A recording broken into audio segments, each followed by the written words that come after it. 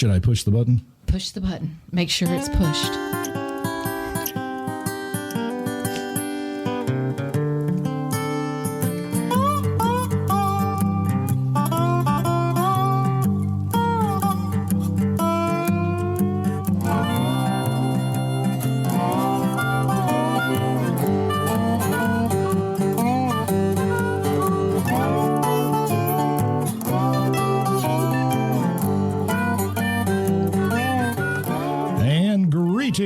This is the Long in the Boot podcast, the podcast coming to you from the heel of the boot of Southwest Louisiana.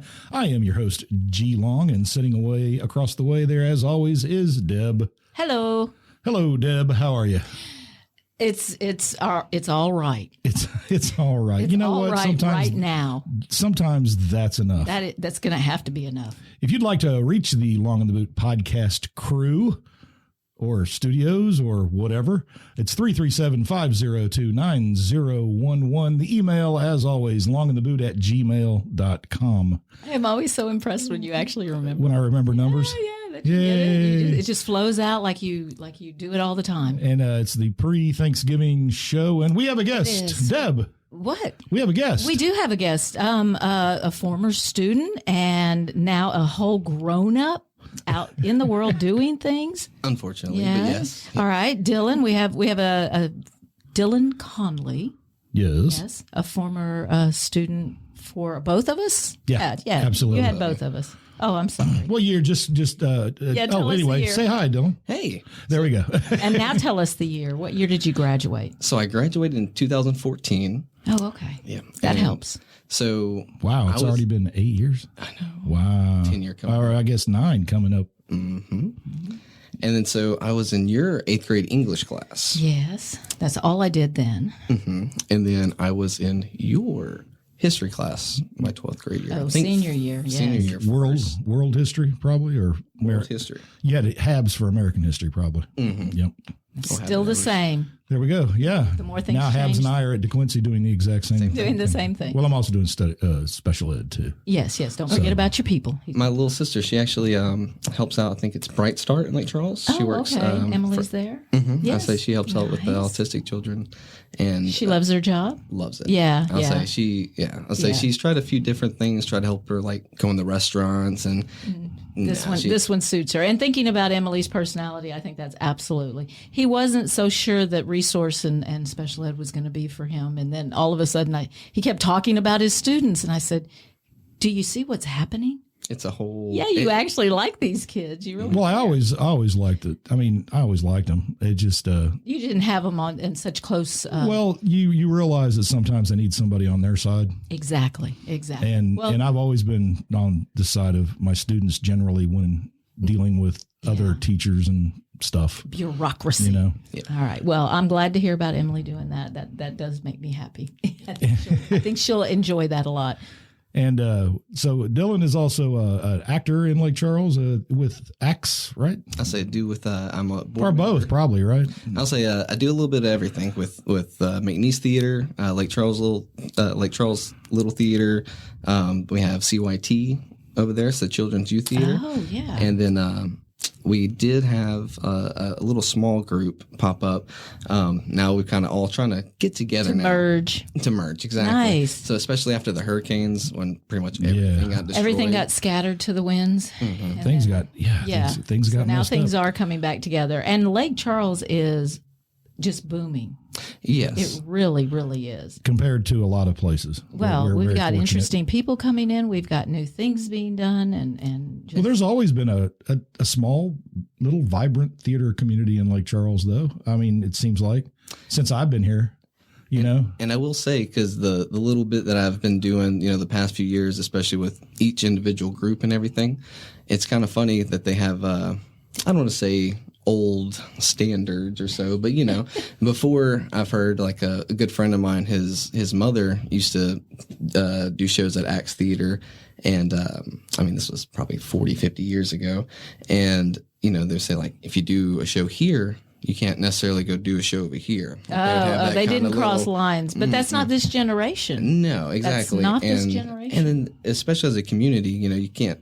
if we all work together, it'll be better. You can't have shows Absolutely. on the same days and, stuff like that. And ultimately, it's a small community. We all like to work with each other anyways. It's hard. So, but especially after the hurricane, they've been trying to do it. But now I think we've gotten together with a lot of the local organizations and trying to put a plan to make one big space for everybody. Yeah, I'm really excited for Lake Charles. You saw the place they're putting up in Sulphur, right? It's going to be it's part of the educational system, but it's going to have a stage to be able to do staged productions for students. Oh, is it through Calcasieu Parish? Yes, okay. they broke ground in Sulphur just this past week, actually. Oh no, I didn't hear. And it's going to be for they'll have like graphic art. Yeah, the schools like to put on productions. They just always they struggle to do it at some of the schools. Well, yeah, like when I was growing up, at least at my school in Missouri, there was a play every year, a big play every year. We had a civic center that was built on the grounds of the school, so there was a place to actually do it. Not everybody has that now, right? And a lot of us are still under construction. Our school's still under construction. Like I think half the student body was in Bye Bye Birdie, and you need a lot of people for that. I'll say, yeah. You do, but no, schools have gotten away from fine arts. So you don't really have a lot of schools. DeQuincy doesn't have an art class. No, so you didn't really get that till you went to college, right? Well, yeah. So honestly, the only opportunity I had was my senior year. Miss Stoltz, she did the drama class. Yes. She brought it back for that one thing, and that's honestly what kind of your opening. And we were doing the Habs and I were the judges, and the talent show. Mr. Simple was doing the talent show, and we were all the judges. Yes. That was awesome. So were you there at that point? Was that still going on? We did it maybe 3 or 4 years, and then they changed the format. So we did it at least a year or two, and then my senior year, I think the drama we actually hosted it, and we did the lip sync. Oh, I don't remember that one. Do you remember, but you were doing Callie Crane? Yes. I'll say she was in it. I'm trying to remember. There was like 3 of us that lip sync. Oh, okay. On the thing, but I don't know what was happening that day. I'll say that was, but so they did have that, and I want to say what else did they have? The Womanless Beauty Pageant. That came back too. We lost that for a little. We lost that for a short time due to some just I guess stodgy local. I don't know. What do you call BS? it? Traditional BS. There you go. Traditional BS. It's a nice way to say it. So once you left the cocoon of high school and went into the big world, went to McNeese, and I'm sure you met Charlie McNeely. Oh, yes. Yes. Big Charlie and I went to high school together. We both worked with Charlie. Yeah, and his sister and I went to school together and graduated together. So Charlie has been in my life since 1978, 79, and he married one of the girls that we graduated with, and they're just a wonderful family. They really are. The whole family. Charlie's great, gold, and he just truly he's just so happy and just very intrigued and just passionate about everybody. He is very passionate about. He's probably one of the most positive people I've ever met. I mean, just ridiculously positive. Yeah, always. And it's yes. But it's funny you said so. In Miss Stoltz's class, because at that point I wasn't necessarily decided if I was going to go to college or not. Yeah. But I had TOPS, and I was like, "Oh, be silly not to use." Try to see what's out there. Free money, right? And then so we took that drama class, and it opened me a lot. I always liked comedy and stuff like that, and theater kind of opened me up. So I found out McNeese had a theater program. Met Charles McNeely. Loved it. He taught me so much and just in life itself and in theater. I mean, it all coincides. I'll say it all goes together for sure. Yeah. And I'll say, but the neat thing was, a lot of stuff that she had taught us just in that little beginning drama class. It really carried over and transferred, and absolutely, and you could see. Nice. I love that. So I love hearing that. Like you wouldn't have pictured yourself earlier in high school, even getting on a stage in front of people, right? Without doing the drama class. That really, really changed my perspective on it. Because it is kind of a strange thing for, like, I couldn't do plays when I was in high school. There was just no way I could have ever gotten on a stage. I was too shy, too withdrawn, too whatever, and would do stuff in the back. Yeah. Move things around, that kind of stuff. No problem. But get on a stage in front of human beings, and then it was the need to get a job, and I happened into a radio job. And then the first time I went, they said, "Okay, you're going to do a remote this weekend." Like, what? I got to meet people. And it was at a car dealership. weirdly enough. But I had to go and actually hand out stuff. So I had to talk to people. I said, be personable, talk to people. I'm like, but because I was forced to do it. Once I did it, it was just kind of like it just broke something. And it was like, and once you open it, not that big a deal. It's hard to put away. Look at Bryant. Habs has always been an actor though. And, but then I realized now that stuff helped me be a better teacher, being able to do pantomime and just different things. Although now that I'm much older, I'm finding the distance between high school age kids and myself, a lot of commonality gets lost. You guys were still, that's still, we're looking closer. Yeah. Closer in age. And it does make a difference. All right. Really does. So what are they about to do now? Give us a little plug for what's coming up, because the holidays are here. People have some time. I assume they have some disposable income to go out. Absolutely. And even if not, it's cheap. It's just as much. I'll say if you're going to a movie, it's a live movie with the people in the community theater. So the next one they have coming up is actually Elf the musical. Yeah. Oh, no. I'll say a good buddy of mine, Mark Aber, he's Santa Claus. Oh, okay. I was saying I think I saw some still shots. Yes. And they have it's opening up the first weekend of December. Okay. So Friday, Saturday, and Sundays. Friday and Saturdays they go at 7:30. Sundays matinee at 3. Mm-hmm. And it's going to go until the last weekend is the 16th, 17th, and the 18th. Okay. Now, is this Axe? This is Axe And they can go online and buy the tickets. Absolutely. AxeTheater.com. You can purchase the tickets there, or you can purchase them at the door, whichever you prefer. All right. And one last question about your life after high school. Well, maybe not the last question. You don't know. Okay. All right. Technically, you want to call me on that? You trying to produce my show now? Is that what's going on here? Well, who sits over here every other week? Yes, that's exactly what I'm doing. She said co-produce. There you Lies. Oh, lies! Man, if I'm not getting rickrolled, I'm getting okay. I'll remember that. Karma. We've been talking about a lot of karma. We talked about karma. We're wondering what we did wrong to someone for us to get smacked down so hard the last 2 weeks. So many times. We'll save that for a time. But as you've now learned, that's the beauty of home ownership, is that when one thing breaks, something else will immediately follow it. Yeah. Of course. I say immediately follow it, and probably more expensive than the first thing you had to worry about. And ultimately you're calling professional help at the end anyway, despite all of your best efforts. Yes. It's all about maintenance. Have I not been preaching this to the community all along? Maintenance and balance. People. The more you own, the more you've got to maintain. Speaking of maintaining, you have another job, a day job. Tell us about that, sir. Well, I do work over at Navarre GMC on Lake Charles. I sell cars. I've been over there actually 2 years on the 8th. Oh, so okay. That's a long haul. Long run, a lot of people I know that have gone to work in the car. Well, not everybody's cut out for that. No, it takes a certain personality to be able to do it. And I honestly never thought I would be in the car industry at all. And that you could do that, but see, all of that plays into it. Because I watched a lot of Matilda growing up. Never wanted to be a Danny DeVito.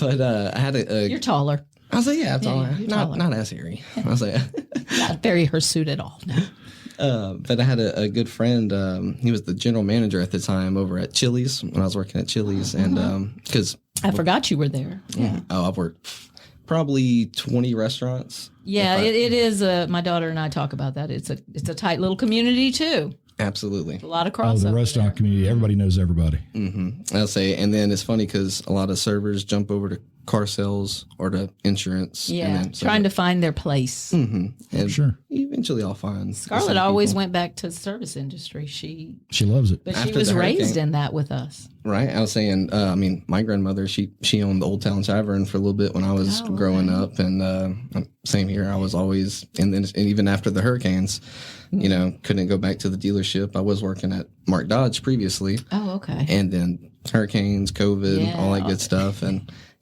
back to the food industry. Everybody's got to eat. It's true. And we were blessed to be teachers for the hurricane, for the at that pandemic, point, yeah. just because if we were still getting paid, which was nice. If you were in the restaurant industry, that a lot of people got hurt by that. All right. So But you're enjoying that. And every now and then I see a little post where you've sold another one. Well, you make people so happy. Happy when they get their car. And that's the thing. I'll say, because even when, I've only personally bought 3 vehicles in my life. And I remember going to actually Billy Navarre when I was very young. Us too. And, told the guy what I wanted, the little car, this, and this. Came, brought me a truck, try to get me into the thing. It just didn't listen to me, didn't pay attention. Yeah. And, I'm always the kind of person, be the person that you would want to be. Right. Yes. And so at the end of the day, even if I can't get somebody into a vehicle they want, as long as I can help them get into a better situation or at least educate them on how to get what they want. Because that's the main thing, some people just try and kick them to the curb, but people because they're only a sale to them. Exactly. That's it. You're just number on my board. And being in the service industry, it's service. It's people are That's people. It. If I was in that position, trust me. When I did buy my first car and this and this, I wish I had somebody telling me the information or, hey, this probably isn't the best time for you. Yeah, you don't need the undercoating. Yeah. You don't live in Mississippi. If you lived in Mississippi, you need the undercoating. Exactly. Hell, my keys rusted in Mississippi. My car keys rusted. Oh, along the coast, I've seen cars that in the old days, cars would rust on the inside because condensation would cause rust to form on the inside of the cars, and they'd rust from the inside out. All right, well, there you go, community. If they're near the salt. An honest car salesman. Yeah, they're around. They exist. And a actor by evening, actor by night, and matinees. Car salesman by day, secret actor by night. Oh, tell me about those pants in the play. The play that was the broken pants. play. How did you make them work? So even Bella's like, yes, those pants. That's a very good story. So, the play itself was a very interesting play because we enjoyed it immensely. The name itself, the play that goes wrong, anything that can go wrong does, and did. And I liked it because it had a lot of improv, and you had the opportunity because you couldn't predict everything that was going to go wrong. You had some planned, but not nearly as what happened, right? And so we're going through the little read through at first during the rehearsals, and it gets to the point where I have my little speech. It's supposed to be my big speech in the end, and then it describes me to just be flamboyant and just, crazy at it and, give it all you got. And at the very end, it says in italics, if you get an applause, take a bow and continue to bow until somebody drags you off the stage. Oh, okay. But if nobody laughs, just continue on. And then so it was always kind of like a joke during rehearsals. Are you going to get that laugh? Are you going to do it? And then so finally, the very first night, opening night, we go through, doing my little speech, going everything. I'm like, all right, this is it. And I go for the end, and I go, pants split. They were not supposed to split at all. Oh, I thought they were tearaways. No. See, I did too. I thought it was actually planned. And so, and it was hilarious. And it worked out. I mean, couldn't have been perfect timing. Perfect timing. And the audience laughed? Laughed, got my applause. I took my bows. Everybody was like, you did it. How'd you do that? I'm like, it happened. I laughed that I puffed up and my pants split. There you go. I'll say, took a breath. It was a very enjoyable play though. I enjoyed it quite a bit. I was just glad to get out of the house. Habs got beat up pretty good. Oh wow! It says he's got nice bruises. Bruises everywhere, up and down. He told us, he was telling us about it as y'all were practicing, and he's like, I swear there's a part of the stage that's going to kill me. And that little upper balcony. He goes, it's supposed to break away, but he goes, when it's supposed to happen, it doesn't. And when it's not supposed to happen, it does. It does. Yeah. That's the scary part. And he goes, just never know. You're always on edge. I went and looked at a video of the production though, it was on the West End in London, and watched them perform a lot. And y'all were able, with a very small set, and he really did well. That would have been tough because they had, of course, it's a play that's been going on forever in the West End. Yeah. Right. And typically people have budgets and things, actual.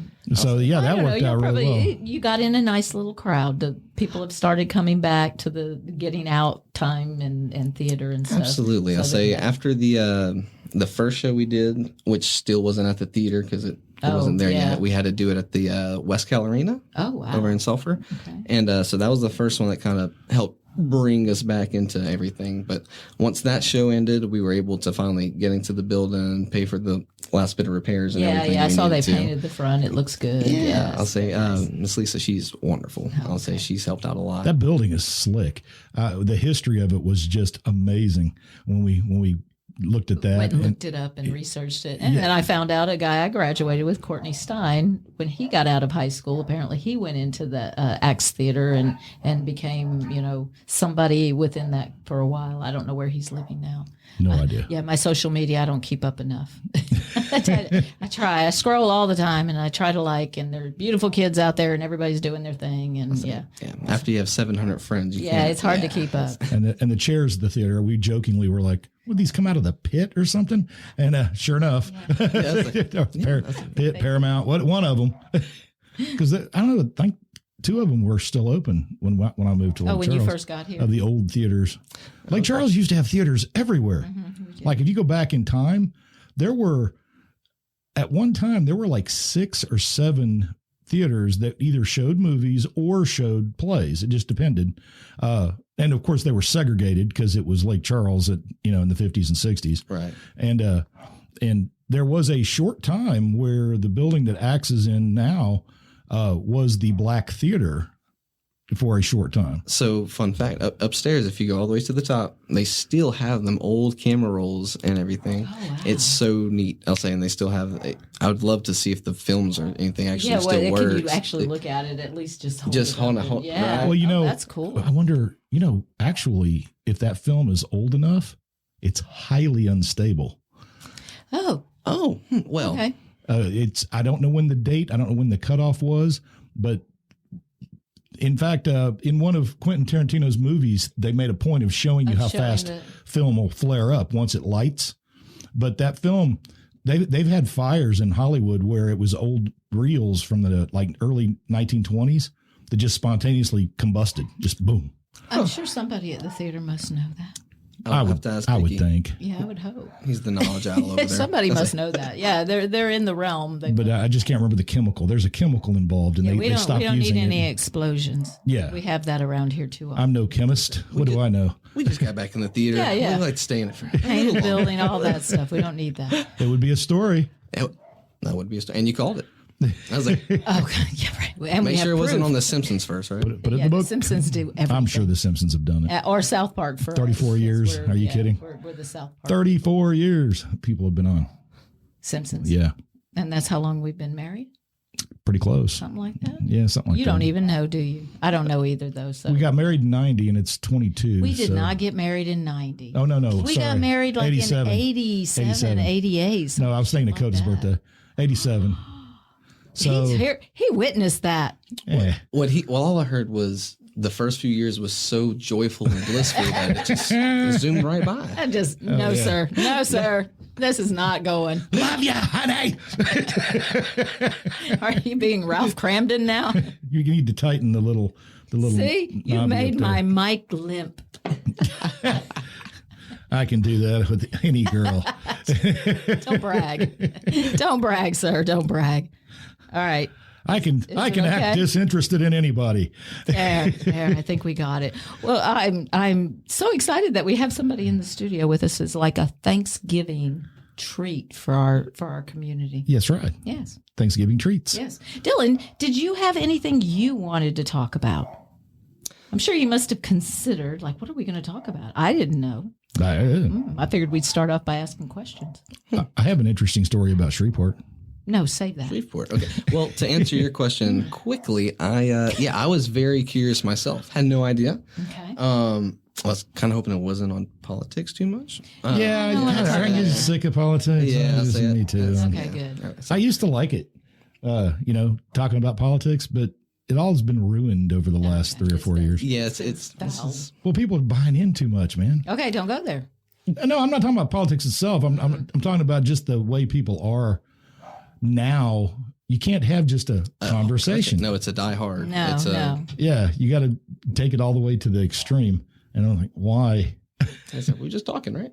We're just chatting. I know. Why? Can we share ideas? And I really don't. Okay. Well, let Dylan tell us what he wanted to talk about. Well, I mean, We basically covered a lot. I was going to say, theater, the little things we have coming up. The next thing we have coming up after Elf would be Pride and Prejudice. With zombies? I'll say, maybe not this one, but maybe for the October show next time. There you go. I'll say, but the auditions for that one. Oh, auditions. Community. Yeah. Community, hello. Anybody want to ever be on stage, help out, participate, just to see what it's like? Yeah. December 19th and 20th, they're going to hold auditions at Axe Theater. It's going to usually be between 6 to 8 o'clock at night. Going for sign. Have you ever wanted to be an actor? Well, now is your chance. And I assume that information is also on the website, right? They can go and find out more details. Absolutely. AxeTheater.com, and we even have a Facebook page. Oh, nice. Get more people I wonder if they've ever done interested.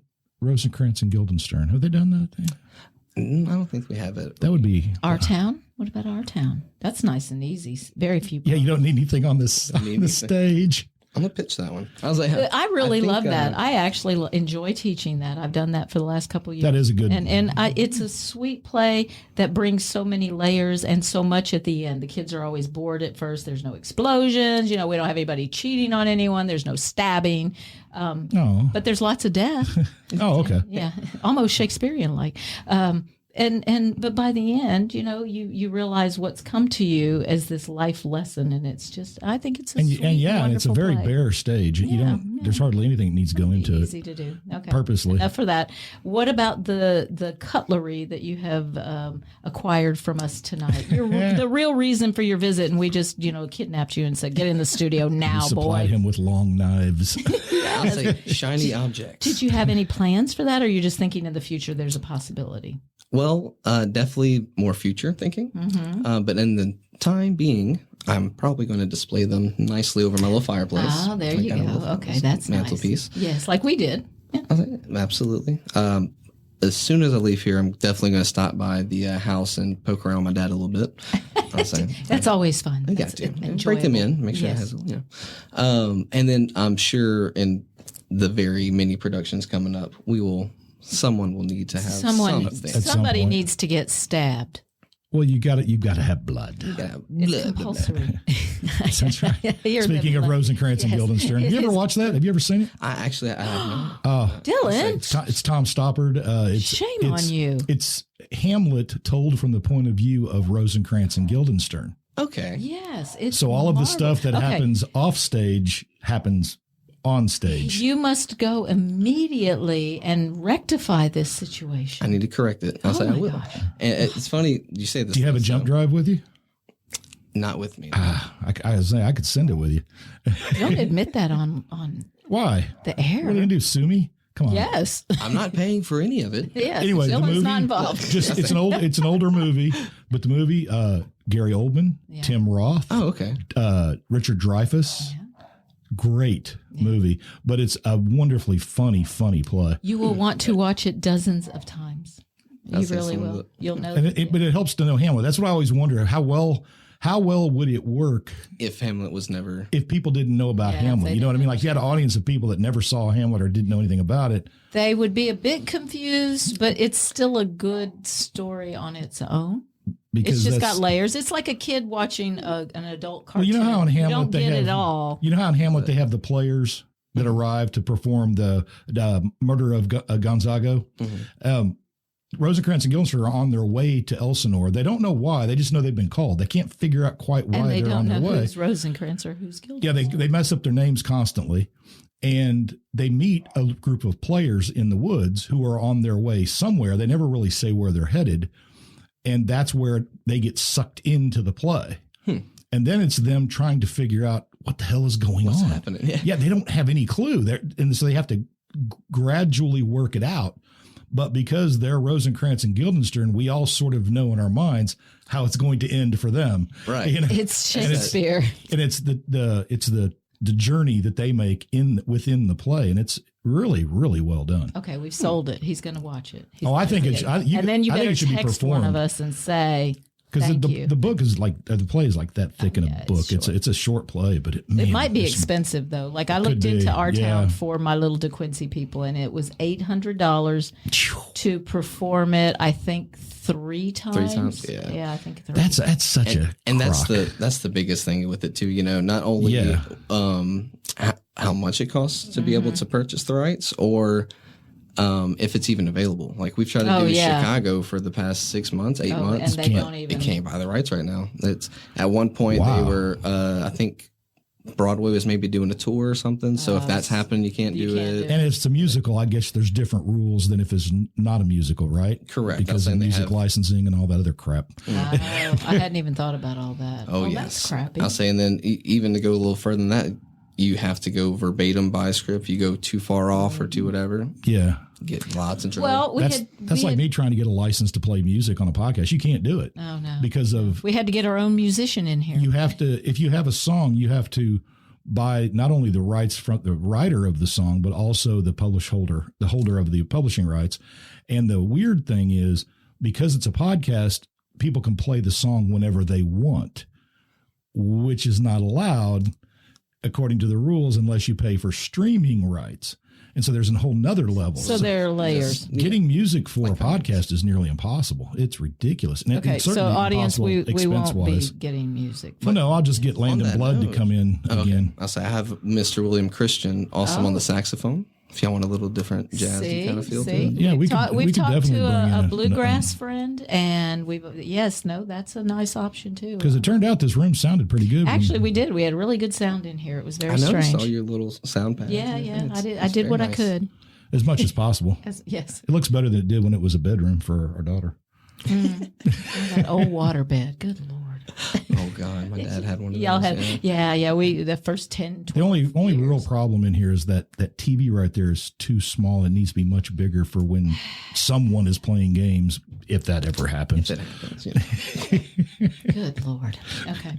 See what I have to deal with? You see it? Bella's not barking. I don't see. You poor woman. That's me. So sad. I did have another question. Hang on. Oh dear. G-Long, did you have a remark? Dead air. You Dead always air. have a remark. I have lots of. I was curious what that button has on it. It's lit up, which means there's something recorded on it, but You have no idea? Hey, kids. All right, it's time to mystery play the newest fun-filled game, What's on the Button?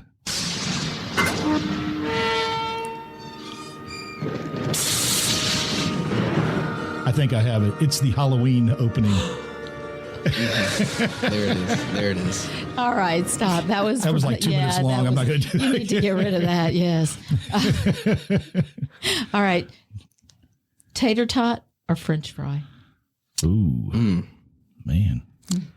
Depends from where. Oh. Yeah. Because I did Sonic for 3 years. Tater tot? No. Not at Sonic. Oh.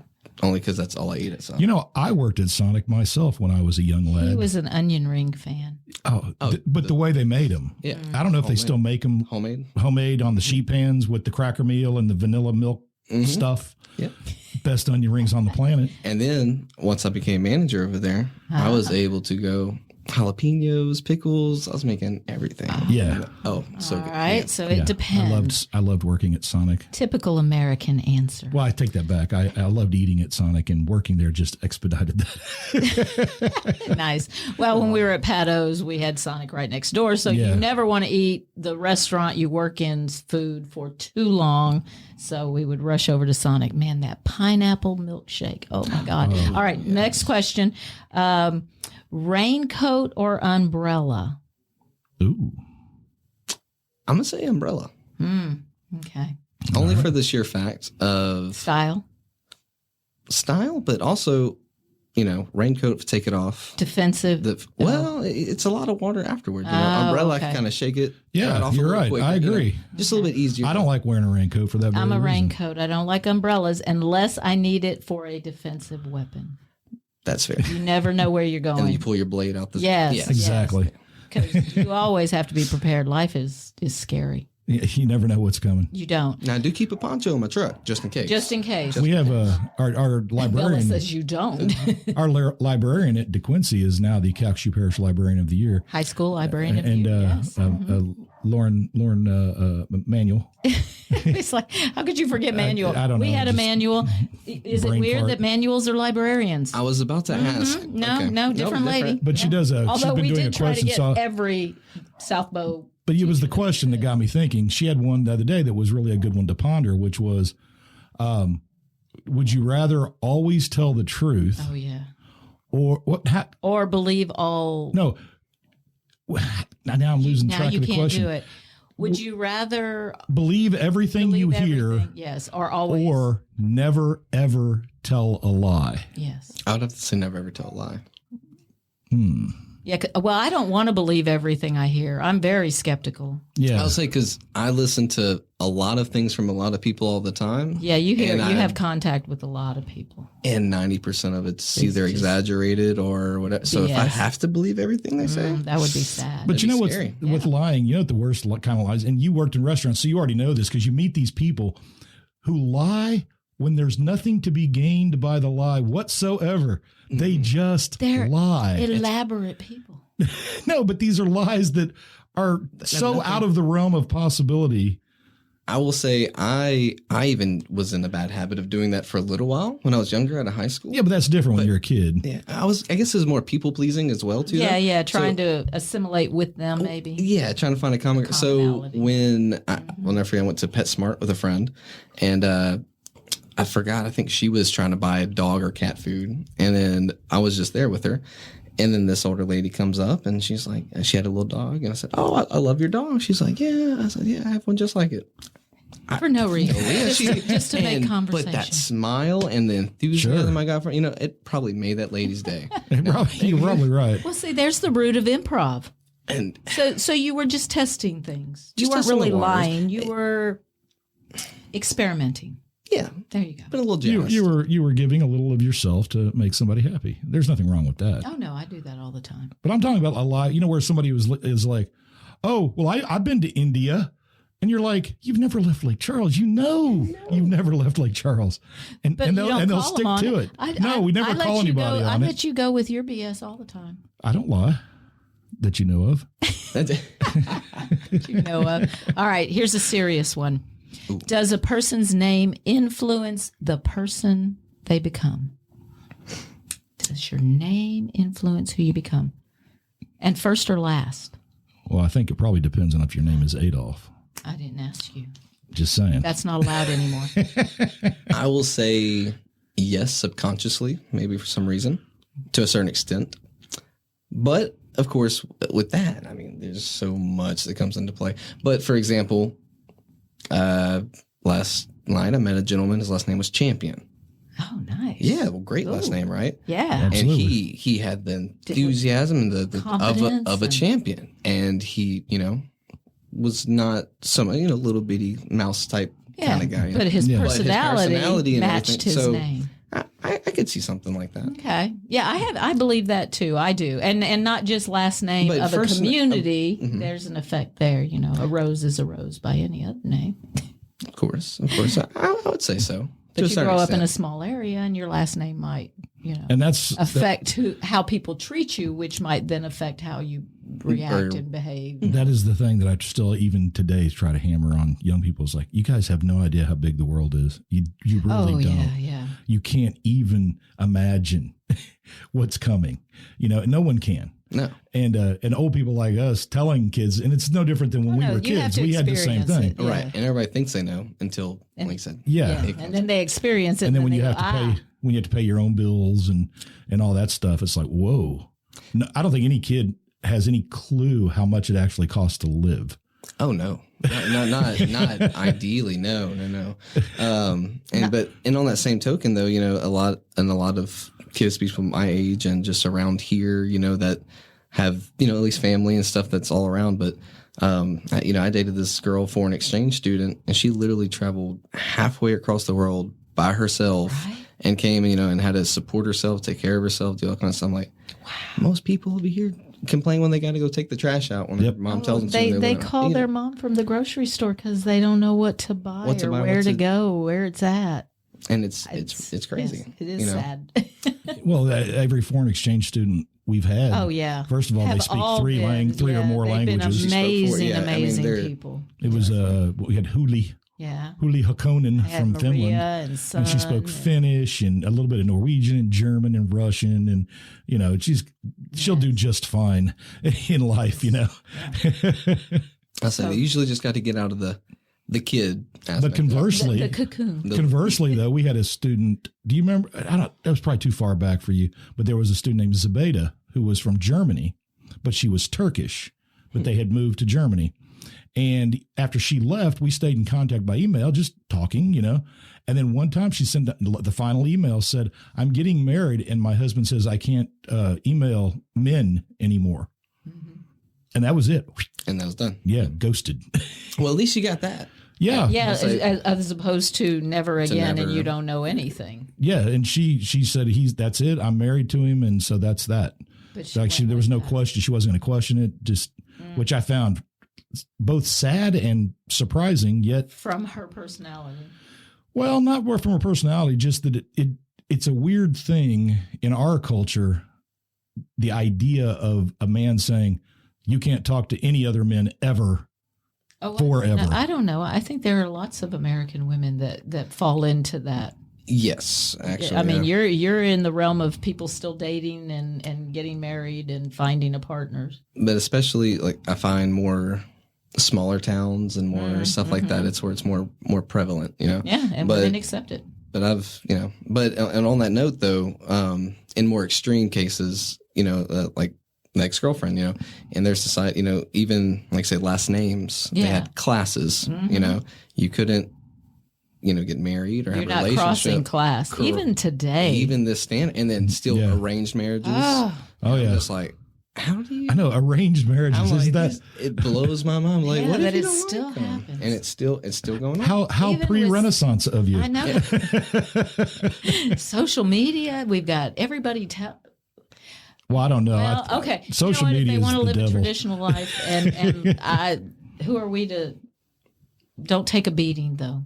Yeah, I'll say, and the thing that gets me though too is, I've seen several people in those situations where they'll kind of get away, or they know that's not what they want, or they know that's not necessarily right, but because of the family aspect of it, they still end up. Yeah, that's unfortunate. Well, we caught. I was listening to something this morning.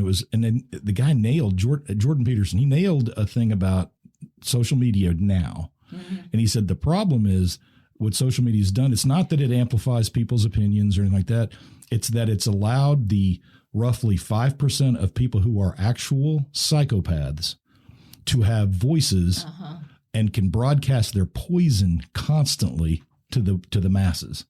That never existed before. I have a story. And he was talking about how he said, just like one bad apple will spoil a barrel, he said it's the same thing. He said if one person who's toxic, but well spoken and seems to be an authority and is able to get in there and wedge themselves in, they can destroy a whole group of people's friendships and everything else. I mean, and sadly, but people are mostly sheep. I mean, you know, like you said, as long as you speak well, you have something that makes sense to them in a sort of way. It confirms something they think or believe, and they're powerful in their speech, and maybe they're champions. They're champions. and they feel empowered to tell the world what they should do. I had a story on The Atlantic, and it was about the end of social media. It said we're witnessing the end of social media, and essentially he goes through a whole lot of reasons why, but his final thing is that we're not meant to share this much information about ourselves with this many people. No. That it's toxic in the sense that it's too draining. I don't need to know everything about. We've talked about that. We've before. talked about this with news stories. Yeah, over information. Like when a horrible story that happens in California, like somebody leaves a kid in a hot car and they die, and then it's on national news. Why is that on national news? Yeah. Granted, it's horrible, it's tragic, but it's local. Or not local in that case. Well, not anymore. We they should only elevate hear it to a national story. Why does national news this morning, national news, 2 different news places, Fox and CNN, Heidi Klum with her nipple? She was doing a video and her nipple came out and they're like, that made the news. Why? What? Everybody has a nipple. Yeah. Some have 2. I know somebody with 3. I do know somebody with 3. I've seen it. And I've asked him to show it to me again. Yeah. Prove it. Yes. He did. Yeah, it is very strange. And he thinks that social media is dying and it will go away. I don't think so. I don't think I'm agree with. I don't think so. So I mean, should it? Yeah, I think to a certain maybe extent. in the form that we have today. The Instagram and I saw Twitter. the meme this morning. It's a meme, but what they said was, when MySpace was the social media of the day, they didn't have algorithms. Mm-hmm. And it was a wonderful place where people could converse and talk and do things. Granted, you had to scroll 55 minutes to be able to get to some spot, but the point was there was no algorithm deciding what to push at you. Exactly. And I think that's what needs to die is the dependency on algorithms. And so that's why everybody's trying to go to these federated Mastodon servers, although most people go, I'm going to get on Mastodon, not understanding that that's not how it works. But I don't think social media is going to die. I just think it's going to change. It has to evolve. Just like television, radio, everything. I mean, radio's dying. Terrestrial radio is dying. Mm-hmm. And it's a shame, but in a way, they're kind of responsible for it themselves. Not keeping up with. Well, it's bringing in consultants all the time who then say their opinion on what you should do. When really what you should do is just get out and meet your public, the people that matter. Because if you're a radio station and I'll just use Kix 96, the only people that matter to Kix 96 are in a circle around Lake Charles. Once you get outside the circle, it doesn't matter. So don't worry about what somebody in Houston is doing or Dallas or whatever. No, worry about your market. Yeah. And you'll make the money you need to make. And instead they pushed and tried to make it more, new country and all that stuff. And you need to advertise towards this generation. And here's your age demographic you need to sell to. No, sell to everybody. So you're saying the experts are wrong. I'm saying that listening to experts who don't have the same background as your listeners is probably a mistake. Oh, when you bring somebody in. 100. Well, and typically from a hierarchy or a corporate like that. I mean, even Sonic, for example. I mean, a corn dog takes 4 minutes to cook in the grease. Well, by Sonic standards, if it's not out in 3 minutes on fast food or whatever, then it's late. Well, sir, how do you expect me to cook a 4-minute corn dog in 3 minutes? Yeah. Yeah. And that's everywhere. It's that kind of stuff. When you worked for Wendy's and they would stand there with a timer. Oh, the stopwatch. A little stopwatch at the window with you. And how long did it take you to get that to the customer? 30 seconds at the counter and 1 minute at the window.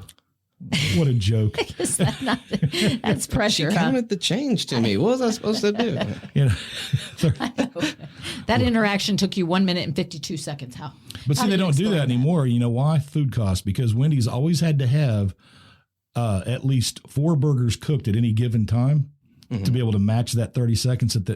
So they would constantly, and then you would take the burgers that were not sold, you put them in a bucket, and they became chili. Yeah. And then they realized that they were wasting a lot of money because you could never use up all the burgers you weren't selling. Possibly, because you have dead time. You just have dead time. Yeah. Even across from McNeese, you had dead time. Even across from McNeese, there were dead time. Although Raising Cane's now, since they're in the Wendy's building, they don't have dead time. Oh, no. Yeah, you have to live down. They need a new location is what they need. And Chick-fil-A needs a new, another. That's and they took the one away peeves. from the mall. Okay, I don't know. That's not for this topic though. No, I suppose not. Do we have a topic? No, we don't have a topic. Oh, cool. Back to algorithm. Hold on. Oh yeah, real quick. Yeah. Just my thought on that. Maybe I think it's more on business standard now. I mean, same with ads. Before YouTube and everything, you didn't have ads, but people are getting away from television and ads and things, but that's what people are watching. So now that's why we have so many more ads and things. Maybe it's an algorithm toward just helping push whatever somebody. Marketers for sure. Yeah. Sure, because they're advertising to me the things I've already shopped for. Well, that's why Bill Hicks, the comedian, he passed away long ago, but Bill Hicks was phenomenal. And his biggest enemy on stage every night, at some point he would go, and now I want to talk about Satan, or as you like to call them, marketers. And Yeah. and he would just rip into I put them up there with marketers. lobbyists. I think they're the Same thing. A lobbyist is a marketer. Yes, exactly. And he would literally just rip them to shreds. And he was almost a prophet in what he foresaw coming. And then he goes and dies and doesn't get to, realize that, in fact, he was correct. Mm-hmm. a Houston boy. And he wasn't he? Bill Hicks was a phenomenal. Compared, like, I was sad when Bill Hicks died. When Gallagher died, I went, oh, huh. He broke watermelons. Yeah. Yeah, I can't tell you anything he actually said. I was at it's a amusement park in Kansas City called Worlds of Fun, and Gallagher was the entertainment. They used to have bands and comedians. And so we said, oh, well, let's go see Gallagher. Why not? We're here. Might as well go see him. And so we went up, and he was on roller skates, and he did this trick where he would play ping pong with himself. And then he added roller skates to show how great he was. And he roller skated right off the back of the stage. And that was the end of the show. He could come back. He broke his leg. Well, that's why you dislike him. He didn't finish his show. What? One of the funniest things I ever saw him do. Yeah. That's the only comedy That's routine dedication right there.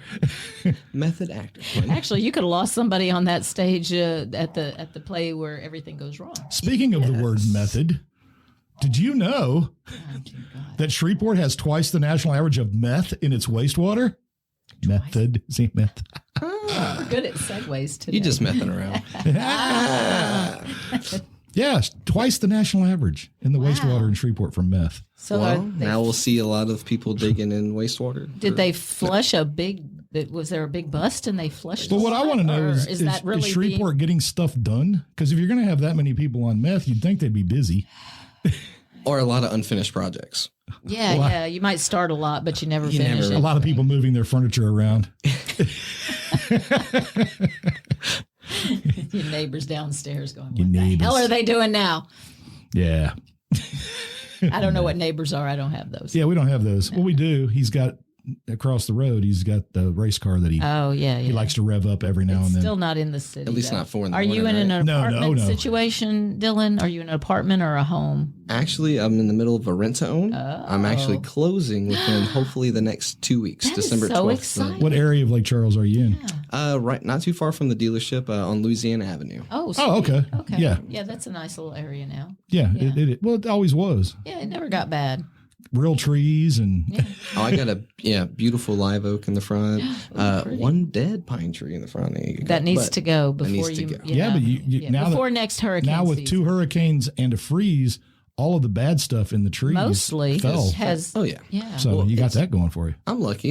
Most of the limbs are off. It's almost basically just a stick. A big stick. Just next to a big power impaling stick. Yeah. If a giant comes near your house, you might be able to defend yourself that way. Put some signs up. I know. I've got that stick. I had an image in my head. It just probably didn't transfer, but All right. Are we good? We're pretty good, except I got one last thing. We have to talk about this because it's funny. Okay. You I promise? Like fun. Yes. You promise? I'm sure this young man has things to do. It's about the man in the UK who went on the rudest hike in history for charity. Are you ready? This is great. Gotta hear this. Yeah, what? Oh, yeah. Okay. A man has completed the UK's rudest walk, and he walked from Cockermouth to Licky End. And everything in between. And everything in between. Hang on.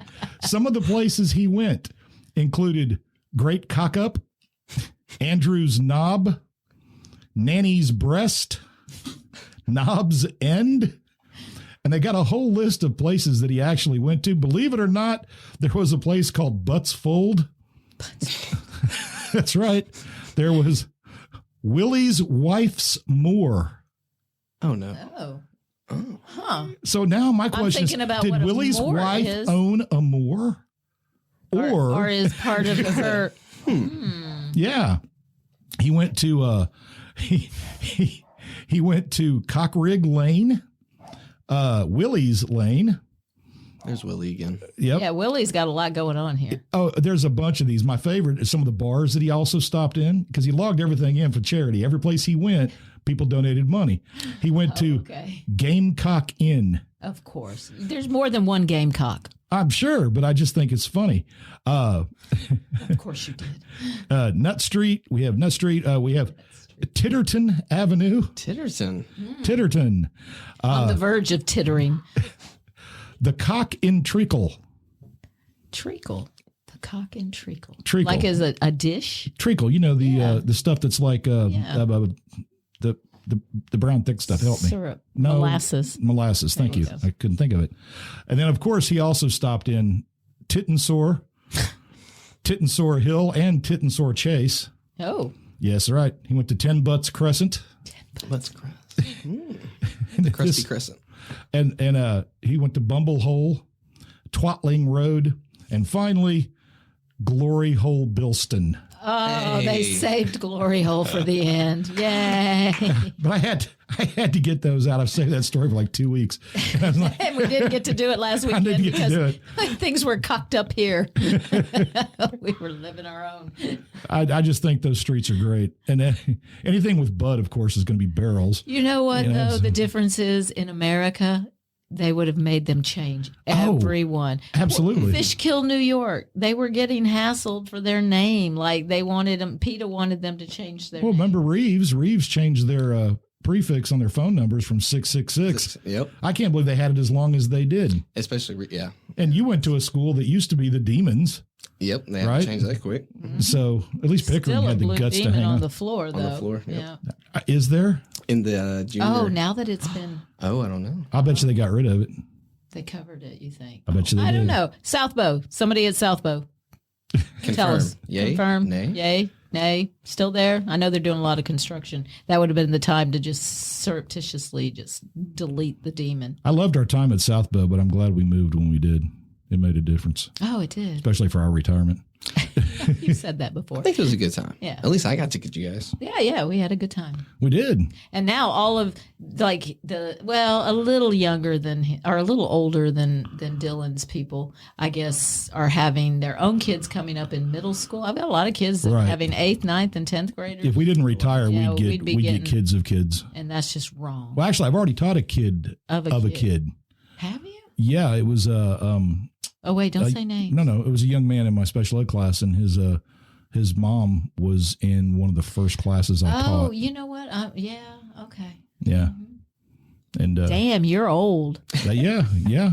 You are old, sir. 60, baby. Yes. 60. All right, Dylan's half your Experienced. age. That's it. Seasoned. Experienced enough to know better. A seasoned citizen. Yes. All right, Boomer. It's easy to use. Well, that's actually something I do now, though. If I have to be careful because since I know I've got a year and a half till I retire. I got the rest of this year and next year, and then I'm done. But I don't want to get involved in anything controversial. So I have to be really careful. Like, before I barely show movies now in my history class because you never know. All it takes is one person, and they can blast it somewhere, and then suddenly you've got some small but dedicated mob out for blood. Oh yeah. And you don't want to upset anybody. I'm having to tiptoe through world history right now because I'm talking about the Reformation. So I've got Protestants and Catholics in class, and it's like, okay, look, this is the way it is. I mean, I got to tell you guys how it was. Can't rewrite history. I said, of course you can, Dylan. You know better than that. We can do that. What's the 1619 project? Right. We can rewrite history. That was rewritten history. It certainly was. Although that's exactly the kind of thing I won't get into with anybody. Because I'm so close to retirement. We won't talk about any of that. No arguments over. Only light at the end of the tunnel. Yeah. Now, once I'm done, death. Once I'm done, I'm going to unload about education. I got some things to say. That's wait. Hold on long on the boot. I bought this equipment. We'll ask you back, Dylan. I bought this equipment for one reason. This is all just practice for what I can really unload. While I'm thinking about it, because you take me off track and I don't get to remember. Yeah, it's my fault. Okay. Are you in Elf? Are you performing? I'm not an elf. Oh, okay. So usually I try to do 2 shows a year. Oh, okay. Because it's a lot of time investment. Yeah, it's a lot of time. And honestly, with my work schedule, I can be there halfway, but it's not really fair for everybody. Yeah, that you're not committing enough. Right, okay. but this past year, instead of doing 2, I've done 6 back to back to back. Oh my God! It's time for my little break. Okay, Take a step away. Time. Okay, But Time with the family. Pride and Prejudice. Probably not. A little more time. A little more rest time. And I for just him. got a puppy too, so That's true. We were talking about the dog situation since our two are not. They're not socially. they're just protected. Nobody comes here. You know, we get somebody in the studio 2-3 times a year. Every now and then. And then Scarlett. Maybe Scarlett comes out to see us. And maybe our friends if they come, but they're all far away, so the odds are. Yeah, well, if they come, they have to stay the night. Eventually, the dogs shut up. So tell it real quick. Tell us about the puppy. What breed? So he's a little pit bull mix. Oh, he's okay. not 100%, but he's still cute. Who is? I say, right? And but his name's Baloo. You know, Baloo. Good choice. I like that. Gotta remember the bare necessities. How did Blue come into your life?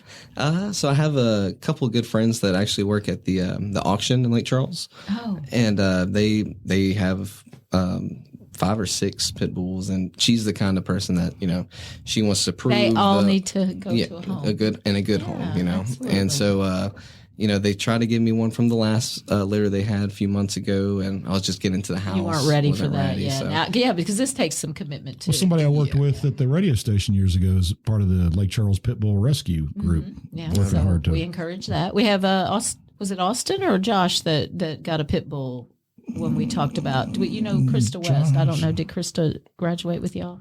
I don't think Chris. Because she, Josh and Austin would be closer. Austin Lewis. Yes. Yeah. yeah. Well, but one of them got a pit bull from the pit bull rescue. I'm Yes, pretty sure. I think it was of that. Josh. I think so. But Krista West is now deputy and working with. She was before his time. Yeah, but she's got Kathy Bissell of the Bissell Pet Foundation has donated a crap ton of money to the Beauregard Parish So they can Animal build a Shelter, decent shelter. and they are Nice. they have broken ground. It's going to be a wonderful facility. So yeah, Chris That's is really doing nice. great things. And anytime anybody can save a pet, please do. Yes.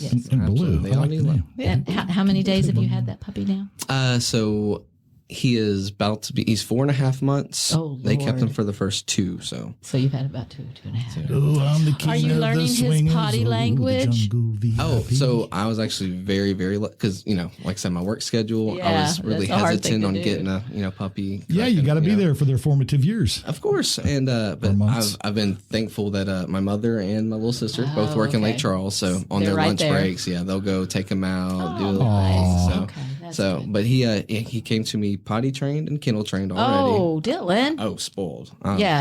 I got okay. spoiled. Yeah. Oh, that's doesn't- awesome. He's not a true puppy owner. I'm not. yet.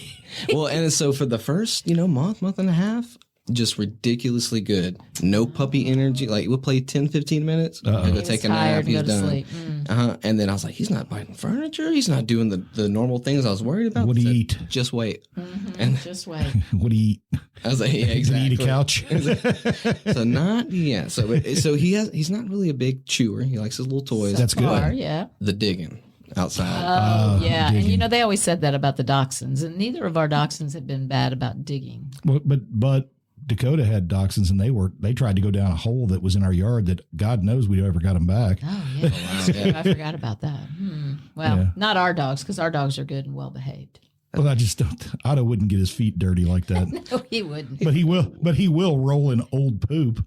So Yeah, well, there is that. at least he waits till it's hard. Well, I'm excited for you and your puppy ownership, Dylan, because that changes your life.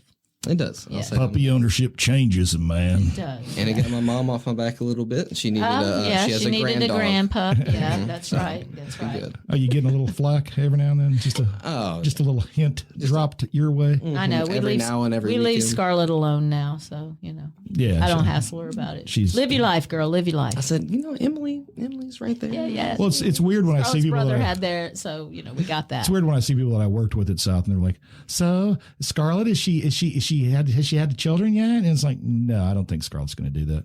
And they're like, "What?" I was like, "It's her life." Well, it must make you sad. I said, no, actually, it doesn't really. It's her life. It's really is. Do I want her miserable with 3 kids running around, or want her Right. happy? Not at all. I want her to do what What she wants to do. Live a life. That's it.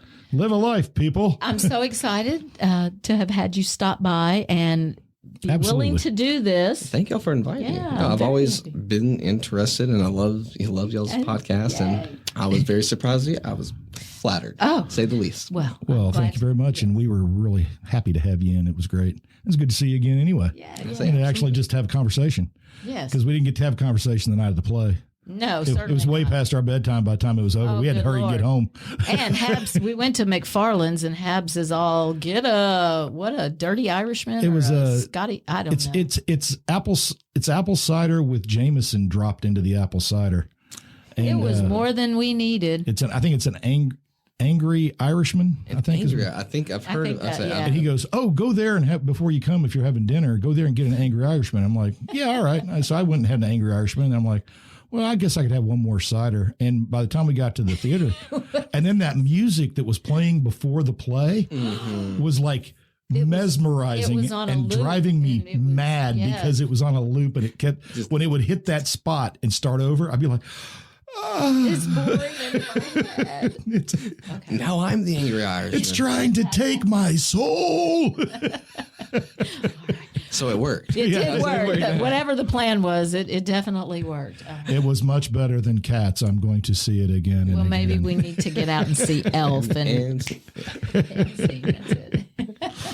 Well, all right. Well, all right. I think we should probably let our person go. Our person, yes. Our human. I was going to say victim, kidnap, but you know, our human resource needs to go. Oh, it's too late. To it. Last question, and then we really are going to go. What are you watching right now? That is a good question. So, I don't get much TV time, honestly. I did finish the last thing, Stranger Things. Okay, I was interested in that one. I still have questions. Why does he have to get on the roof? I don't understand. I don't get it. But we all watched. And then besides that, I think the last movie I watched, somebody told me to watch Mid-90s on Netflix, I think. Don't know that I think one. Scarlett mentioned that. She probably did. Yeah, I think she and I talked about that, Mid-90s. All right. But you're going to go and seek out Rosencrantz and Guildenstern. Rosencrantz and Guildenstern. See how I brought that back around? You did. That was well done. That was Quentin Tarantino style. That's it. I like it. I love Quentin. And I had nice feet. So. He's got a weird podcast now, Quentin Tarantino, where they talk about 3 movies you've likely never heard of and how they are linked together, even though it doesn't seem like they should be. That's the whole podcast concept. There was a giant video store nearby where he grew up in Torrance, California. And when it was closing down, he just went and bought it all, lock, stock, and barrel. Oh, wow. And kept all the movies because he was such a fan. Bastard. Well, he had worked there as a teenager. And so for him, it was probably like pocket change for, how much? $6 million? Not a problem. Investment. Yeah. I think I got that. But it's interesting. But he's so fast when he talks. It's hard to actually to really listen because his patter is so rapid fire. And so sometimes I'll have to listen to it and then listen to it again. I'm like, okay. Because he brings, nobody knows movies like Quentin Tarantino knows movies at all. I mean, it's just stunning. All right. Are you going to do the wrap? Well, you haven't said your thing. Well, you got to do the wrap, and then I'll say my buys. My rap? Yeah. I don't rap. How do you wrap it up? No. Do it, Dylan. He's got the beatbox. All right, folks. Well, I guess we're going to wrap it up under the orders of the producer, Deb. Thank you. And so, by the way, again, thank you to our guest, Dylan Conley. And also, if you want to reach the Long in the Boot Studios, 337-502-9011. Did it again. And the email, longintheboot@gmail.com. And don't go to the website because I haven't touched it in probably 3 months. Well, you can go to the website and see you can go to the website Bella and pick up some Otto, because they've been part of this podcast pretty much. I guess you can go to the website and look at that picture of me because man, it's mighty fine being you looking at me. I'm telling you. Johnny Bravo said what? Yeah, he holds that one. I use that a lot. Really dear. I never forgot that. You know what, listening community, your joy is portable, and I want you to take it with you everywhere because the world needs more joy. There you go. See, you did say it. I did. All right. Y'all take care. Have a great Thanksgiving. Don't eat too much and stay away from the oyster dressing.